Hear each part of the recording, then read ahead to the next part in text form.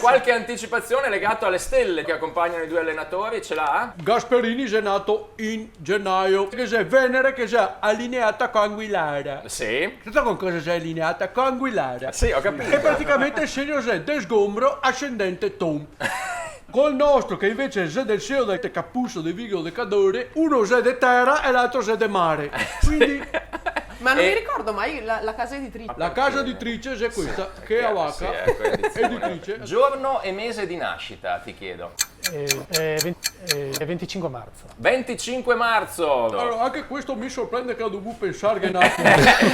E anche l'altro che era seduto lì l'altra volta ci ha pensato. Marzo, Mercurio è già allineato con Piovene e Rocchette. Ok? Ti sei del segno del baccalà mantecato ascendente polenta mola.